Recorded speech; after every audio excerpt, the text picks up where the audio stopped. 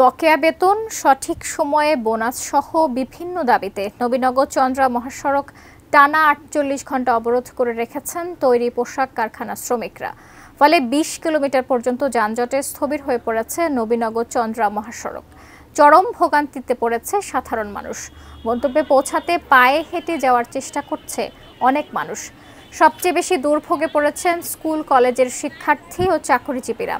গত সোমবার সকাল ৯:৩০ থেকে নবীনগর চন্দ্রা মহাসড়ক অবরোধ করে রেখেছে পোশাক শ্রমিকরা। কোনো ধরনের আশ্বাস না পেয়ে এখনও সড়ক অবরোধ করে রেখেছেন তারা। সার্বিক পরিবেশ স্বাভাবিক রাখতে আইনশৃঙ্খলা বাহিনীর বাড়তি নজরদারি রয়েছে।